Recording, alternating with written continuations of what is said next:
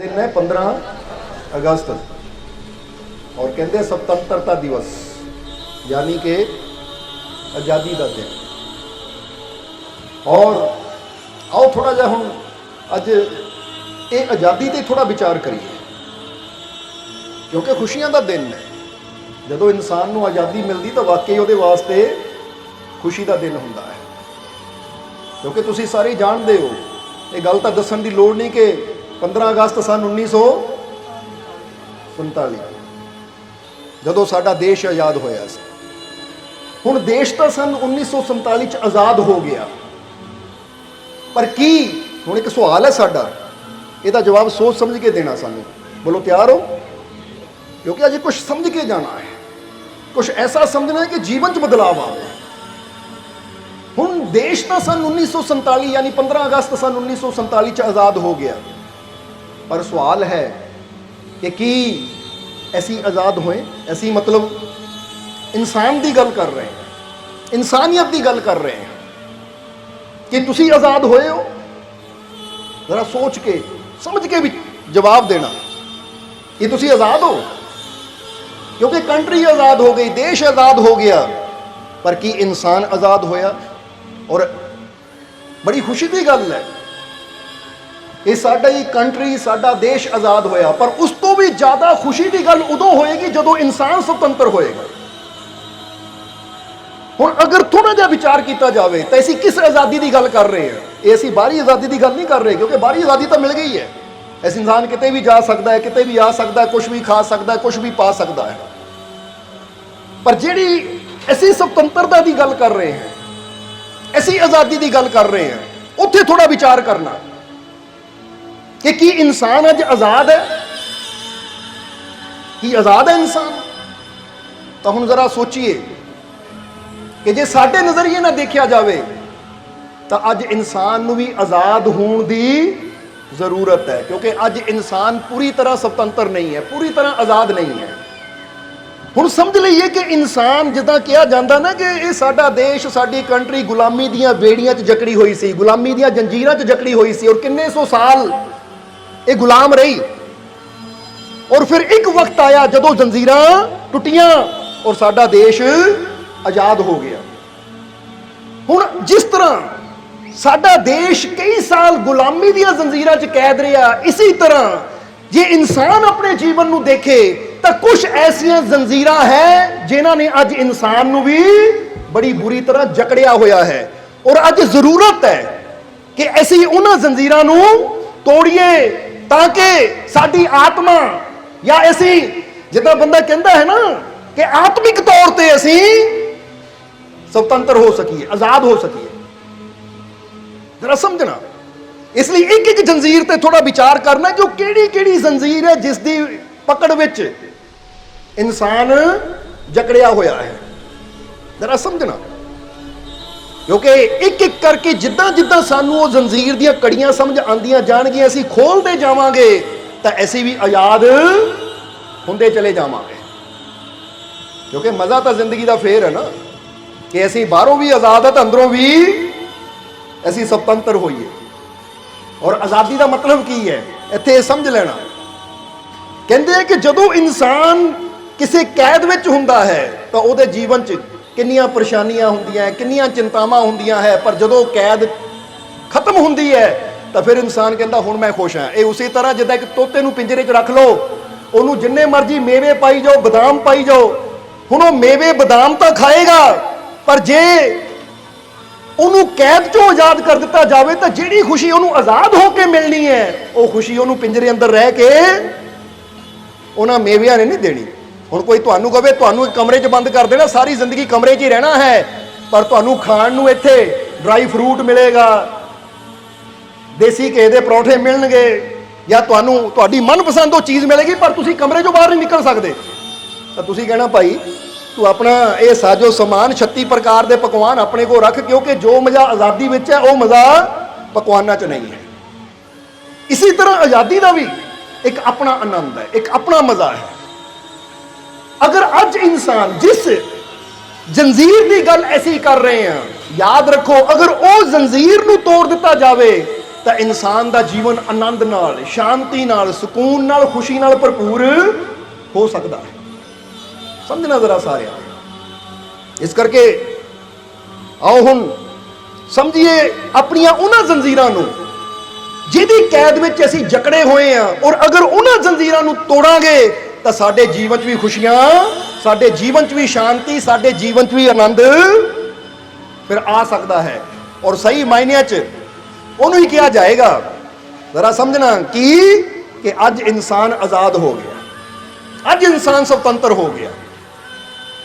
ਹੁਣ ਜ਼ਰਾ ਸਮਝਣਾ, ਇਸ ਤੋਂ ਪਹਿਲਾਂ ਕਿ ਅਸੀਂ ਉਹਨਾਂ ਜ਼ੰਜੀਰਾਂ ਬਾਰੇ ਦਸੀਏ, ਇੱਕ ਛੋਟੀ ਜਿਹੀ ਕਹਾਣੀ ਇੱਥੇ ਤੁਹਾਨੂੰ ਦੱਸਣਾ ਚਾਹਾਂਗੇ ਅਸੀਂ, ਜਿਸ ਤੋਂ ਇਹ ਗੱਲ ਸਮਝਣੀ ਆਸਾਨ ਹੋ ਜਾਏਗੀ। ਕਿ ਇਹ ਕਹਾਣੀ ਸਾਨੂੰ ਗਿਆਨ ਦੇਣ ਵਾਸਤੇ, ਸਮਝਾਉਣ ਵਾਸਤੇ ਬਣਾਈ ਗਈ ਹੈ ਕਿ ਇੱਕ ਵਾਰ ਇੱਕ ਰਾਜਾ ਸੀ ਕਿ ਜਿਹੜਾ ਪੂਰੀ ਦੁਨੀਆ ਨੂੰ ਜਿੱਤਣ ਵਾਸਤੇ ਨਿਕਲਿਆ।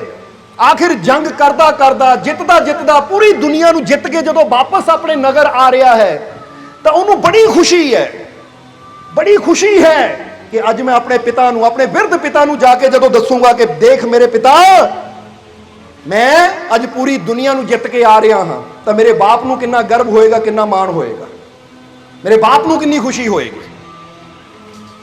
ਇਸ ਲਈ ਬੜੇ ਮਾਣ ਦੇ ਨਾਲ, ਉਹ ਬੜੀ ਸ਼ਾਨ ਦੇ ਨਾਲ ਲਸ਼ਕਰ ਜਾ ਰਿਹਾ ਹੈ ਵਾਪਸ ਆਪਣੇ ਮਹਿਲ ਨੂੰ, ਔਰ ਬੜਾ ਖੁਸ਼ ਹੈ ਕਿ ਜਾ ਕੇ ਜਦੋਂ ਆਪਣੇ ਪਿਤਾ ਨੂੰ ਦੱਸੂਗਾ ਤਾਂ ਪਿਤਾ ਬੜੀ ਖੁਸ਼ੀ ਦੇ ਨਾਲ, ਜਿੱਦਾਂ ਬੰਦਾ ਬਾਪ ਕਹਿੰਦਾ ਨਾ, ਅੱਜ ਮੇਰੇ ਬੇਟੇ ਨੇ ਇਦਾਂ ਦਾ ਕੰਮ ਕੀਤਾ, ਮੇਰਾ ਸੀਨਾ ਚੌੜਾ ਹੋ ਗਿਆ, ਯਾਨੀ ਮੇਰਾ ਸਿਰ ਉੱਚਾ ਹੋ ਗਿਆ, ਕਿੰਨਾ ਮੇਰੇ ਬਾਪ ਨੂੰ ਖੁਸ਼ੀ ਹੋਏਗੀ। ਇਸ ਲਈ ਇਹੀ ਵਿਚਾਰ ਕਰਦਾ ਉਹ ਜਾ ਰਿਹਾ ਹੈ। ਜਦੋਂ ਆਪਣੇ ਮਹਿਲ 'ਚ ਪਹੁੰਚਿਆ, ਉਹਦਾ ਬਿਰਧ ਬਾਪ ਅੱਗੇ ਉਹਦਾ ਇੰਤਜ਼ਾਰ ਕਰ ਰਿਹਾ ਹੈ, ਦਰਵਾਜ਼ੇ ਤੇ ਖੜਾ ਹੈ ਆਪਣੇ ਬੇਟੇ ਦੇ ਇੰਤਜ਼ਾਰ ਵਿੱਚ, ਸਵਾਗਤ ਵਿੱਚ। ਹੁਣ ਜਿੱਦਾਂ ਹੀ ਬੇਟਾ ਦਰਵਾਜ਼ੇ ਅੰਦਰ ਦਾਖਲ ਹੋਇਆ ਕਿ ਉਹ ਤੁਰਿਆ ਜਾਂਦਾ, ਜੋ ਕਲੀਨ ਵਿਛੇ ਹੋਏ ਸੀ, ਮੈਟ ਵਿਛੇ ਹੋਏ ਸੀ, ਉਸ ਤੋਂ ਉਹਦਾ ਪੈਰ ਫਿਸਲਿਆ ਔਰ ਥੋੜਾ ਲੜਖੜਾ ਕੇ ਗਿਰ ਗਿਆ। ਤਾਂ ਬੜੀ ਬੇਇੱਜ਼ਤੀ ਮਹਿਸੂਸ ਹੋਈ। ਉੱਠਿਆ ਔਰ ਉੱਠ ਕੇ ਪੁੱਛਿਆ ਕਿ ਇਹ ਜਿਹੜਾ ਕਲੀਨ ਹੈ, ਮੈਟ ਹੈ, ਇਹ ਕਿਸ ਨੇ ਵਿਛਾਇਆ ਸੀ? ਜ਼ਰਾ ਸਮਝਣਾ, ਕਿਉਂਕਿ ਬਾਦਸ਼ਾਹ ਹੈ। ਹੁਣ ਇਹ ਤਾਂ ਕਹਿ ਨਹੀਂ ਸਕਦਾ ਮੈਂ ਆਪਣੀ ਗਲਤੀ ਨਾਲ ਗਿਰਿਆ ਹਾਂ, ਜਾਂ ਮੇਰੀ ਗਲਤੀ ਹੋਈ, ਮੇਰਾ ਪੈਰ ਫਿਸਲਿਆ, ਮੇਰਾ ਧਿਆਨ ਕਿਤੇ ਹੋਰ ਸੀ, ਜਾਂ ਮੈਂ ਬਾਪ ਕੋਲ ਜਾਣ ਦੀ ਜਲਦਬਾਜ਼ੀ ਸੀ, ਲੜਖੜਾ ਗਿਆ। ਹੁਣ ਆਪਣੀ ਗਲਤੀ ਤਾਂ ਮੰਨਣੀ ਨਹੀਂ। ਗਲਤੀ ਕੀ ਕਿ ਮੈਟ ਇਹ ਕਿਹਨੇ ਵਿਛਾਇਆ, ਇਹ ਕਲੀਨ ਕਿਹਨੇ ਵਿਛਾਇਆ ਕਿ ਜਿਸ ਤੋਂ ਮੈਂ ਫਿਸਲਿਆ? ਉਸ ਸੇਵਕ ਨੂੰ ਸਾਹਮਣੇ ਲਿਆਂਦਾ ਗਿਆ ਕਿ ਮਹਾਰਾਜ ਇਸਨੇ ਤਾਂ ਹੁਕਮ ਕੀਤਾ ਇਹਨੂੰ 100 ਕੋੜੇ ਲਗਾਓ ਤਾਂ ਕਿ ਅੱਗੇ ਤੋਂ ਦਾਣਾ ਕਲੀਨ ਵਿਛਾਵੇ। ਇੱਕ ਤਾਂ ਪੂਰੀ ਦੁਨੀਆ ਦਾ ਰਾਜਾ, ਹੰਕਾਰ ਪੂਰਾ ਚੋਟੀ ਤੇ, ਔਰ ਦੂਜਾ ਗਿਰਿਆ ਤਾਂ ਆਪਣੀ ਬੇਇੱਜ਼ਤੀ ਮਹਿਸੂਸ ਹੋਈ। ਹੁਣ ਬੇਇੱਜ਼ਤੀ ਦਾ ਬਦਲਾ ਲੈਣ ਵਾਸਤੇ ਉਹ ਜਿਹੜੀ ਅੰਦਰ ਖੇਜ ਹੈ ਉਹ ਕੱਢੀ ਖੇਤੇ ਉਸ ਗੁਲਾਮ ਤੇ। ਜਦੋਂ ਬਾਪ ਨੇ ਦੇਖਿਆ, ਉਸ ਰਾਜੇ ਦੇ ਬਾਪ ਨੇ ਦੇਖਿਆ, ਉਹਦੇ ਹੱਥਾਂ 'ਚ ਫੁੱਲਾਂ ਦਾ ਹਾਰ ਸੀ, ਪਰ ਜਦੋਂ ਦੇਖਿਆ ਕਿ ਬੇਟਾ ਗੁੱਸੇ 'ਚ ਉਸ ਨੌਕਰ ਨੂੰ, ਉਸ ਦਾਸ ਨੂੰ ਕਹਿ ਰਿਹਾ ਹੈ ਇਹਦੀ ਵਜ੍ਹਾ ਨਾਲ ਮੈਂ ਗਿਰਿਆ, ਇਹਨੂੰ 100 ਕੋੜੇ ਲਗਾਏ ਜਾਣ, ਸਜ਼ਾ ਦਿੱਤੀ ਜਾਵੇ ਤਾਂ ਕਿ ਅੱਗੇ ਤੋਂ ਇਦਾਂ ਦੀ ਗਲਤੀ ਇਹ ਨਾ ਕਰੇ।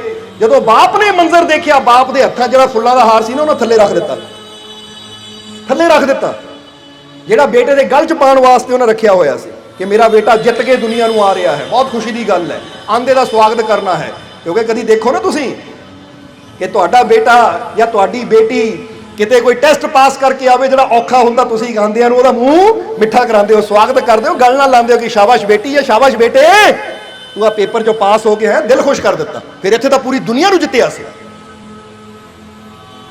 ਹੁਣ ਇੱਧਰ ਕੋੜਿਆਂ ਦਾ ਹੁਕਮ ਲਾਇਆ, ਉਹਨੂੰ ਪਕੜ ਕੇ ਸੈਨਿਕ ਲੈ ਗਏ ਦਾਸ ਨੂੰ, ਉਸ ਨੌਕਰ ਨੂੰ। ਔਰ ਇਹ ਰਾਜਾ ਜਦੋਂ ਅੱਗੇ ਗਿਆ, ਬਾਪ ਵੱਲ ਦੇਖਿਆ ਕਿ ਬਾਪ ਨੇ ਫੁੱਲਾਂ ਦਾ ਹਾਰ ਸੁੱਟ ਦਿੱਤਾ ਪੈਰਾਂ 'ਚ, ਜਿਹੜੀ ਹੱਥੋਂ ਛੁੱਟ ਗਿਆ, ਸੁੱਟ ਦਿੱਤਾ ਪੈਰਾਂ 'ਚ, ਔਰ ਬਾਪ ਦੇ ਚਿਹਰੇ ਤੇ ਉਦਾਸੀ ਹੈ। ਤੇ ਇਹਨੇ ਦੇਖਿਆ ਜਿੱਥੇ ਪਹਿਲਾਂ ਮੇਰਾ ਬਾਪ, ਜਿੱਦਾਂ ਹੀ ਮੈਂ ਅੰਦਰ ਦਾਖਲ ਹੋਇਆ ਸੀ, ਬਾਪ ਦੇ ਚਿਹਰੇ ਤੇ ਇੱਕ ਖੁਸ਼ੀ ਸੀ, ਮੁਸਕਰਾਹਟ ਸੀ, ਹੱਥਾਂ 'ਚ ਫੁੱਲਾਂ ਦਾ ਹਾਰ ਸੀ, ਪਰ ਇਹ ਕੀ ਹੋਇਆ? ਬਾਪ ਦੀਆਂ ਅੱਖਾਂ 'ਚ ਪਾਣੀ ਆ ਗਿਆ ਔਰ ਹਾਰ ਥੱਲੇ ਗਿਰ ਗਿਆ।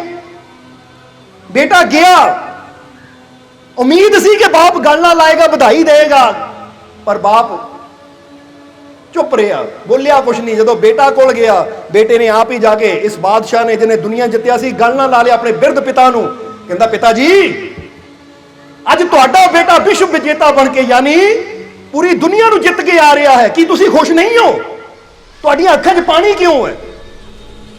मैं तो सोचा सी जदों मैं पूरी दुनिया ਨੂੰ ਜਿੱਤ ਕੇ ਬਾਪ ਨੂੰ ਜਾ ਕੇ ਖੁਸ਼ਖਬਰੀ ਦਊਂਗਾ ਤਾਂ ਮੇਰਾ ਬਾਪ ਖੁਸ਼ ਹੋਏਗਾ ਕਿ ਮੇਰੇ ਬੇਟੇ ਨੇ ਅੱਜ ਪੂਰੀ ਦੁਨੀਆ ਜਿੱਤ ਲਈ। ਮੈਨੂੰ ਮਾਣ ਹੈ ਆਪਣੇ ਬੇਟੇ ਤੇ, ਮੈਨੂੰ ਗਰਵ ਹੈ ਆਪਣੇ ਬੇਟੇ ਤੇ। ਪਰ ਪਿਤਾ ਜੀ ਤੁਸੀਂ ਉਦਾਸ ਹੋ, ਹਾਰ ਵੀ ਤੁਹਾਡਾ ਥੱਲੇ ਗਿਰਿਆ ਹੈ, ਚਿਹਰੇ ਤੇ ਵੀ ਉਦਾਸੀ, ਇਹ ਕਿਉਂ? ਤਾਂ ਉਸ ਵੇਲੇ ਬਾਪ ਨੇ ਕਿਹਾ, ਬੇਟਾ ਤੂੰ ਪੂਰੀ ਦੁਨੀਆ ਨੂੰ ਜਿੱਤ ਲਿਆ, ਪੂਰੀ ਦੁਨੀਆ ਨੂੰ ਜਿੱਤ ਲਿਆ, ਮੈਨੂੰ ਖੁਸ਼ੀ ਹੈ। ਪਰ ਜਦੋਂ ਮੈਂ ਤੇਰੀ ਹਰਕਤ ਦੇਖੀ, ਤੈਨੂੰ ਇਹ ਦੇਖਿਆ ਕਿ ਤੂੰ ਕ੍ਰੋਧ ਵਿੱਚ ਆ ਕੇ ਉਸ ਬੇਗੁਨਾਹ ਦਾਸ ਨੂੰ 100 ਕੋੜਿਆਂ ਦੀ ਸਜ਼ਾ ਦੇ ਰਿਹਾ ਹੈ, ਤਾਂ ਮੈਨੂੰ ਇਹ ਤਕਲੀਫ ਹੋਈ ਕਿ ਤੂੰ ਪੂਰੀ ਦੁਨੀਆ ਤਾਂ ਜਿੱਤ ਲਈ ਪਰ ਹਾਲੇ ਆਪਣੇ ਕ੍ਰੋਧ ਨੂੰ ਨਹੀਂ ਜਿੱਤਿਆ, ਹਾਲੇ ਆਪਣੇ ਮਨ ਨੂੰ ਨਹੀਂ ਜਿੱਤਿਆ। ਔਰ ਇਹ ਮੇਰੀ ਹਾਰ ਹੈ ਕਿ ਮੈਂ ਤੈਨੂੰ ਇਦਾਂ ਦੀ ਸਿੱਖਿਆ ਨਹੀਂ ਦੇ ਪਾਇਆ, ਇਦਾਂ ਦਾ ਗਿਆਨ ਨਹੀਂ ਦੇ ਪਾਇਆ ਕਿ ਤੂੰ ਆਪਣੇ ਮਨ ਨੂੰ, ਆਪਣੇ ਕ੍ਰੋਧ ਨੂੰ, ਆਪਣੇ ਅੰਦਰ ਦੀਆਂ ਬੁਰਾਈਆਂ ਨੂੰ ਜਿੱਤ ਪਾਉਂਦਾ। क्योंकि जे अंदरों इंसान बुरा है ना, पूरी दुनिया ਨੂੰ ਜਿੱਤ ਲਏਗਾ ਤਾਂ ਪੂਰੀ ਦੁਨੀਆ ਨੂੰ ਜਿੱਤ ਕੇ ਬੁਰਾਈ ਨਾਲ ਹੀ ਭਰ ਦੇਗਾ। ਕਿਉਂਕਿ ਜਿੱਦਾਂ ਦਾ ਰਾਜਾ ਹੋਵੇ ਨਾ, ਜੇ ਰਾਜਾ ਬੁਰਾ ਹੈ ਤਾਂ ਜ਼ਰਾ ਆਪ ਹੀ ਸੋਚੋ, ਕਹਿੰਦੇ ਨੇ ਕਿ ਬੁਰੇ ਇਨਸਾਨ ਦੇ ਹੱਥ 'ਚ ਤਾਕਤ ਦੇ ਦਿੱਤੀ ਜਾਵੇ ਤਾਂ ਉਹਨੇ ਉਸ ਤਾਕਤ ਨਾਲ ਸਭ ਦਾ ਬੁਰਾ ਹੀ ਕਰਨਾ ਹੈ। ਤਾਂ ਇੱਕ ਅੱਛੇ ਇਨਸਾਨ ਦੇ ਹੱਥ 'ਚ ਅਗਰ ਤਾਕਤ ਦੇ ਦਿੱਤੀ ਜਾਵੇ ਤਾਂ ਉਹਨੇ ਆਪਣੀ ਤਾਕਤ ਨਾਲ ਅੱਛਾ ਹੀ ਕਰਨਾ ਹੈ। ਕੋਈ ਬੁਰਾ ਹੈ ਨਾ, ਉਹਨੂੰ ਤੁਸੀਂ ਰਿਵਾਲਵਰ ਦੇ ਦਿਓ, ਪਿਸਟਲ ਦੇ ਦਿਓ ਜਾਂ ਕੁਝ ਪੈਸਾ ਦੇ ਦਿਓ, ਉਹਨਾਂ ਉਹ ਪੈਸੇ ਦਾ ਇਸਤੇਮਾਲ ਕਿਸੇ ਦਾ ਜਾਂ ਉਹ ਤਾਕਤ ਦਾ ਇਸਤੇਮਾਲ ਬੁਰਾ ਕਰਨ 'ਚ ਹੀ ਕਰਨਾ ਹੈ। ਤਾਂ ਜੇ ਕਿਸੇ ਅੱਛੇ ਨੂੰ ਤਾਕਤ ਮਿਲ ਜਾਵੇ ਤਾਂ ਉਹਨੇ ਇਹੀ ਕੋਸ਼ਿਸ਼ ਕਰਨੀ ਹੈ ਕਿ ਮੈਂ ਇਹਨੂੰ ਕਿਸ ਤਰ੍ਹਾਂ ਇਸਤੇਮਾਲ ਕਰਾਂ ਕਿ ਜ਼ਿਆਦਾ ਤੋਂ ਜ਼ਿਆਦਾ ਲੋਕਾਂ ਦਾ ਭਲਾ ਹੋ ਸਕੇ। ਤਾਂ ਉਸ ਲਈ ਬਾਪ ਨੇ ਕਿਹਾ, ਬੇਟਾ ਸਹੀ ਗੱਲ ਦੱਸਾਂ, ਪੂਰੀ ਦੁਨੀਆ ਜਿੱਤਣ ਤੇ ਜੇ ਤੂੰ ਪੂਰੀ ਦੁਨੀਆ ਜਿੱਤ ਕੇ ਆਇਆ ਤਾਂ ਮੈਨੂੰ ਉਨੀ ਖੁਸ਼ੀ ਨਹੀਂ ਹੈ अगर मैं देख लेंदा मेरे बेटे ने अपने क्रोध ਨੂੰ ਜਿੱਤ ਲਿਆ ਹੈ, ਆਪਣੇ ਮਨ ਨੂੰ ਜਿੱਤ ਲਿਆ ਹੈ, ਆਪਣੇ ਅੰਦਰਲੀਆਂ ਬੁਰਾਈਆਂ ਨੂੰ ਜਿੱਤ ਲਿਆ ਹੈ। ਤਾਂ ਮੈਂ ਸੱਚ ਦੱਸਾਂ, ਮੈਨੂੰ ਤੇਰੇ ਵਿਸ਼ਵ ਵਿਜੇਤਾ ਨਾਲੋਂ ਜ਼ਿਆਦਾ ਖੁਸ਼ੀ ਇਹ ਸੁਣ ਕੇ ਹੋਣੀ ਸੀ ਕਿ ਮੇਰਾ ਬੇਟਾ ਕ੍ਰੋਧ ਨੂੰ ਜਿੱਤ ਲਿਆ। ਇਹਨੂੰ ਕਹਿੰਦੇ ਆ, ਗੁਰੂ ਵੀ ਕਹਿੰਦੇ ਮਨ ਜੀਤੇ। ਅੱਜ ਦੁਨੀਆ ਜਿੱਤਣ ਦੀ ਸਾਰੇ ਕੋਸ਼ਿਸ਼ ਕਰ ਰਹੇ ਹੈ ਪਰ ਮਨ ਜਿੱਤਣ ਦੀ ਕੋਸ਼ਿਸ਼ ਕੋਈ ਨਹੀਂ ਕਰ ਰਿਹਾ। ਇਸ ਲਈ ਅਸੀਂ ਤੁਹਾਨੂੰ ਇੱਕ ਗੱਲ ਕਹਾਂਗੇ, ਇਹ ਪੁਆਇੰਟ ਨੋਟ ਕਰ ਲੈਣਾ ਕਿ ਜਿਹੜਾ ਦੁਨੀਆ ਨੂੰ ਜਿੱਤਣ ਦੀ ਕੋਸ਼ਿਸ਼ ਕਰਦਾ ਨਾ, ਉਹ ਸਿਕੰਦਰ ਦੀ ਤਰ੍ਹਾਂ ਖਾਲੀ ਹੱਥ ਹੀ ਜਾਂਦਾ ਹੈ। ਤਾਂ ਜਿਹੜਾ ਮਨਾਂ ਨੂੰ ਜਿੱਤ ਲੈਂਦਾ ਹੈ, ਦਿਲਾਂ ਨੂੰ ਜਿੱਤ ਲੈਂਦਾ ਹੈ, ਉਹ ਫਿਰ ਗੁਰੂਆਂ, ਰਹਿਬਰਾਂ, ਪੀਰਾਂ, ਫਕੀਰਾਂ ਦੀ ਤਰ੍ਹਾਂ ਦੁਨੀਆ ਨੂੰ ਉਹਨੂੰ ਪੂਜਦੀ ਹੈ, ਉਹਨੂੰ ਯਾਦ ਰੱਖਦੀ ਹੈ। ਇਹ ਜਿਹੜਾ ਯਾਦ ਰੱਖਣਾ, ਉਹ ਹਮੇਸ਼ਾ ਦੁਨੀਆ ਨੂੰ ਯਾਦ ਰਹਿੰਦਾ ਹੈ, ਹਮੇਸ਼ਾ ਦੁਨੀਆ ਦੇ ਦਿਲਾਂ 'ਚੋਂ ਵਸਦਾ ਹੈ ਜਿਹੜਾ ਦਿਲਾਂ ਨੂੰ ਜਿੱਤਦਾ ਹੈ। ਕਿਉਂਕਿ ਦਿਲਾਂ ਨੂੰ ਜਿੱਤਣ ਵਾਲਾ ਵਸਦਾ ਵੀ ਕਿੱਥੇ ਹੈ? ਦਿਲਾਂ ਦੇ ਅੰਦਰ। ਇਸ ਲਈ ਜਿਸ ਤਰ੍ਹਾਂ ਇੱਥੇ ਇਹ ਬਾਪ ਆਪਣੇ ਬੇਟੇ ਰਾਜੇ ਨੂੰ ਸਿੱਖਿਆ ਦੇ ਰਿਹਾ ਹੈ ਕਿ ਬੇਟਾ ਅੱਜ ਮੈਨੂੰ ਤਕਲੀਫ ਇਹ ਹੈ ਕਿ ਤੈਨੂੰ ਯੁੱਧ ਕਲਾ ਸਿਖਾਈ, ਤੈਨੂੰ ਤਲਵਾਰ ਫੜਨੀ ਸਿਖਾਈ, ਤੀਰ ਚਲਾਣਾ ਸਿਖਾਇਆ, ਹਰ ਤਰ੍ਹਾਂ ਦੀ ਯੁੱਧ ਕਲਾ 'ਚ ਤੈਨੂੰ ਮੈਂ ਅੱਛਾ ਬਣਾਇਆ। ਪਰ ਮੈਨੂੰ ਅੱਜ ਅਫਸੋਸ ਹੈ ਕਿ ਜਿਸ ਤਰ੍ਹਾਂ ਤੈਨੂੰ ਯੁੱਧ ਕਰਨਾ ਸਿਖਾਇਆ, ਹਰ ਚੀਜ਼ ਸਿਖਾਈ, ਤੈਨੂੰ ਅੱਛਾਈ ਨਹੀਂ ਮੈਂ ਸਿਖਾ ਪਾਇਆ। ਕਾਸ਼ ਮੈਂ ਤੈਨੂੰ ਅੱਛਾਈ ਸਿਖਾ ਪਾਉਂਦਾ, ਕਾਸ਼ ਮੈਂ ਤੇਰੇ ਅੰਦਰ ਉਹ ਪ੍ਰੇਮ ਪੈਦਾ ਕਰ ਪਾਉਂਦਾ, ਤੇਰੇ ਅੰਦਰ ਉਹ ਸ਼ਾਂਤੀ ਪੈਦਾ ਕਰ ਪਾਉਂਦਾ ਕਿ ਜੇ ਤੈਨੂੰ ਤਕਲੀਫ ਵੀ ਮਿਲਦੀ ਤਾਂ ਵੀ ਤੇਰੇ ਵੱਲੋਂ ਕਿਸੇ ਨੂੰ ਤਕਲੀਫ ਨਾ ਹੁੰਦੀ। ਇਹ ਸਮਝਣਾ ਜ਼ਰਾ। ਜਦੋਂ ਜਿਸ ਵੇਲੇ ਇਹ ਬੇਟਾ ਬੜਾ ਸਮਝਦਾਰ ਸੀ, ਜਿਲੇ ਇਹਨਾਂ ਸਮਝਿਆ ਕਿ ਬਾਪ ਨੂੰ ਕਿਹੜੀ ਗੱਲ ਨੇ ਤਕਲੀਫ ਦਿੱਤੀ ਹੈ, ਤਾਂ ਉਸੇ ਵੇਲੇ ਸੈਨਿਕਾਂ ਨੂੰ ਕਿਹਾ, ਜਾਓ ਉਸ ਦਾਸ ਨੂੰ ਬੁਲਾਓ ਔਰ ਜਿਹੜੀ ਮੈਂ ਸਜ਼ਾ ਦਿੱਤੀ ਉਹ ਰੱਦ ਕਰਦਾ ਹਾਂ ਔਰ ਉਹਨੂੰ ਮੇਰੇ ਵੱਲੋਂ ਇਨਾਮ ਦਿੱਤਾ ਜਾਵੇ। ਜਿਸ ਲਈ ਰਾਜੇ ਨੇ ਇੰਨੀ ਗੱਲ ਕਹੀ ਤਾਂ ਬਾਪ ਦੇ ਚਿਹਰੇ ਤੇ ਮੁਸਕਰਾਹਟ ਆ ਗਈ। ਕਹਿੰਦਾ ਹੈ, ਬੇਟਾ ਸੱਚ ਦੱਸਾਂ, ਤੇਰੀ ਆਹ ਮਾਫੀ ਨੇ ਤੇਰੇ ਵਿਸ਼ਵ ਵਿਜੇਤਾ ਨਾਲੋਂ ਜ਼ਿਆਦਾ ਮੈਨੂੰ ਖੁਸ਼ੀ ਦਿੱਤੀ ਹੈ। ਇਸ ਲਈ ਰੱਬ ਵੀ ਕਦੋਂ ਖੁਸ਼ ਹੁੰਦਾ ਹੈ? ਜਦੋਂ ਤੁਸੀਂ ਕਿਸੇ ਨੂੰ ਮਾਫ ਕਰ ਦਿੰਦੇ ਹੋ ਨਾ। ਹੁਣ ਜਰਾ ਸੋਚੋ, ਇੱਕ ਗੱਲ ਦਾ ਜਵਾਬ ਦੇਣਾ, ਸਮਝ ਲਓ ਪ੍ਰਮਾਤਮਾ ਸਾਡਾ ਪਿਤਾ ਹੈ। ਤੁਸੀਂ ਪ੍ਰਮਾਤਮਾ ਨੂੰ ਕਹਿੰਦੇ ਹੋ, ਇਹ ਪ੍ਰਮਾਤਮਾ ਮੈਂ ਪੂਰੀ ਦੁਨੀਆ ਜਿੱਤ ਲਈ, ਰੱਬ ਖੁਸ਼ ਹੋਏਗਾ? ਉਹਨੂੰ ਖੁਸ਼ੀ ਹੋਏਗੀ ਕਿ ਪੂਰੀ ਦੁਨੀਆ ਜਿੱਤ ਲਈ? ਪਰ ਜੇ ਤੁਸੀਂ ਕਹੋਗੇ, ਇਹ ਪ੍ਰਮਾਤਮਾ ਮੈਂ ਇੰਨਿਆਂ ਨੂੰ ਮਾਫ ਕੀਤਾ, ਮੈਂ ਇੰਨਿਆਂ ਦੀ ਮਦਦ ਕੀਤੀ, ਇੰਨਿਆਂ ਨੂੰ ਖੁਸ਼ੀ ਦਿੱਤੀ, ਇੰਨਿਆਂ ਭੁੱਖਿਆਂ ਨੂੰ ਭੋਜਨ ਦਿੱਤਾ, ਇੰਨੇ ਨੰਗਿਆਂ ਦੇ ਤਨ ਨੂੰ ਢੱਕਿਆ, ਤਾਂ ਫਿਰ ਪ੍ਰਮਾਤਮਾ ਜ਼ਰੂਰ ਕਹੇਗਾ, ਹਾਂ ਬੇਟਾ ਅੱਜ ਮੈਂ ਖੁਸ਼ ਹਾਂ ਕਿਉਂਕਿ ਤੇਰੀ ਕਰਨੀ ਨਾਲ ਕਿਸੇ ਦਾ ਭਲਾ ਹੋਇਆ। ਜਦੋਂ ਅਸੀਂ ਕਿਸੇ ਨੂੰ ਜਿੱਤਣ ਦੀ ਕੋਸ਼ਿਸ਼ ਕਰਦੇ ਤਾਂ ਜਿੱਤ ਹਮੇਸ਼ਾ ਤਕਲੀਫ ਦੇ ਕੇ ਹੀ ਹੁੰਦੀ ਹੈ। ਬੋਲੋ, ਹੁੰਦੀ ਹੈ ਕਿ ਨਹੀਂ? ਕਿਸੇ ਨੂੰ ਜਿੱਤਣਾ ਹੈ ਤਾਂ ਤਕਲੀਫ ਦੇ ਕੇ ਉਹਨੂੰ ਜਿੱਤ ਸਕਦੇ ਆ। ਤਾਂ ਜਿਹੜਾ ਕਿਸੇ ਨੂੰ ਤਕਲੀਫ ਦੇ ਕੇ ਖੁਦ ਜਿੱਤਣ ਦੀ ਕੋਸ਼ਿਸ਼ ਕਰਦਾ, ਐਸਾ ਇਨਸਾਨ ਕਦੀ ਰੱਬ ਨੂੰ ਖੁਸ਼ ਕਰ ਹੀ ਨਹੀਂ ਸਕਦਾ।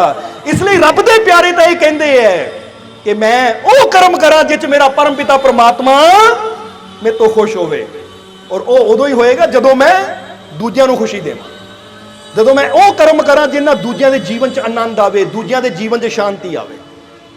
इसलिए अज असीं समझना है कि असीं आज़ादी की गल कर रहे सी।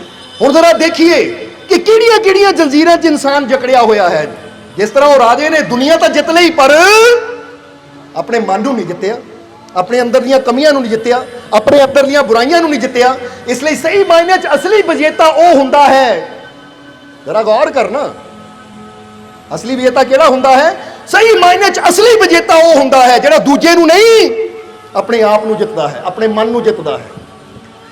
इसलिए समझो कि देश तो आजाद हो गया सन 1947 में, पर असीं कदों आजाद होवांगे? असीं कदों आजाद होवांगे नफरत दीयां जंजीरां चों?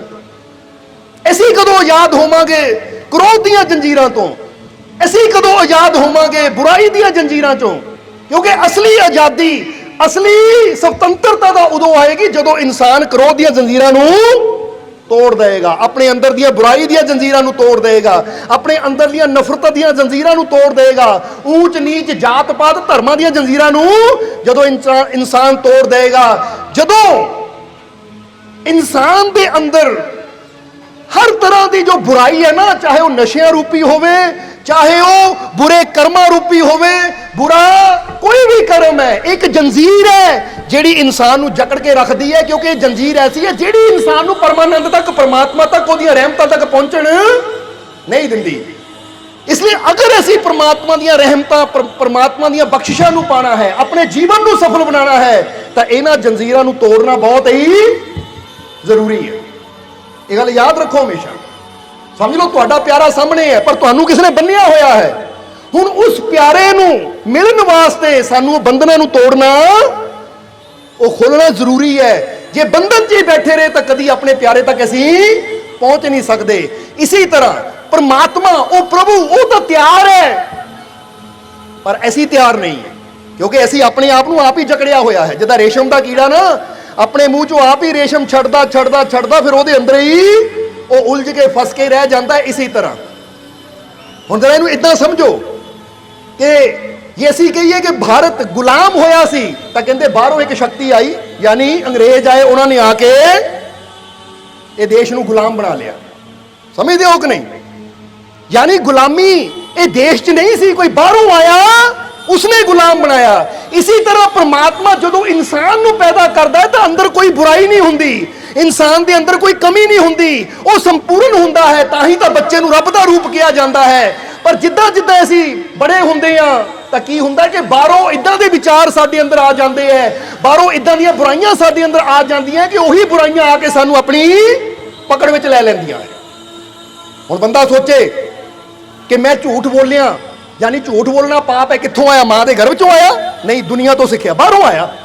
मैं निंदिया करनी, क्रोध करना, बुरा बोलना, किसी नाल हेरा फेरी करनी या किसी नाल ठगी करनी, किसी का कतल करना, कित्थों सीखिया मैं? क्योंकि ये गल हमेशा याद रखो कि बाहरों जो जो असीं देखते हैं ना, तां ही हमेशा कहा जाता संगत का असर इंसान के जीवन से सब तो ज़्यादा पैंदा है।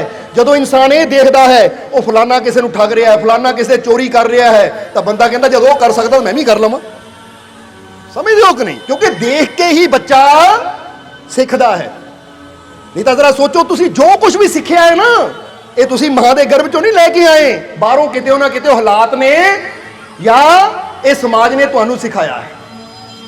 इसलिए जिस तरह अंग्रेज बाहरों आए, आके देश नूं गुलाम कर लिया, इसी तरह बुराइयां बाहरों आंदियां हैं और सानू अपना गुलाम बना के दुखा तकलीफां दी कैद विच कैद कर दिंदी है कि बंदा हसना मुस्कुराना भुल जाता है, खुश होना ही भुल जाता है। इसलिए अगर असीं परमात्मा दीयां रहमतां, परमात्मा दीयां बख्शिशां नूं पाना है, अपने जीवन नूं सफल बनाना है, तां इन्हां जंजीरां नूं तोड़ना बहुत ही जरूरी है। ये गल याद रखो हमेशा। सब्सक्राइब कीजिए सर्व संध्या दरबार कांटिया शरीफ चैनल को और बेल आइकन दबाइए मालिक जी के लेटेस्ट सत्संग की वीडियो को सबसे पहले देखने के लिए।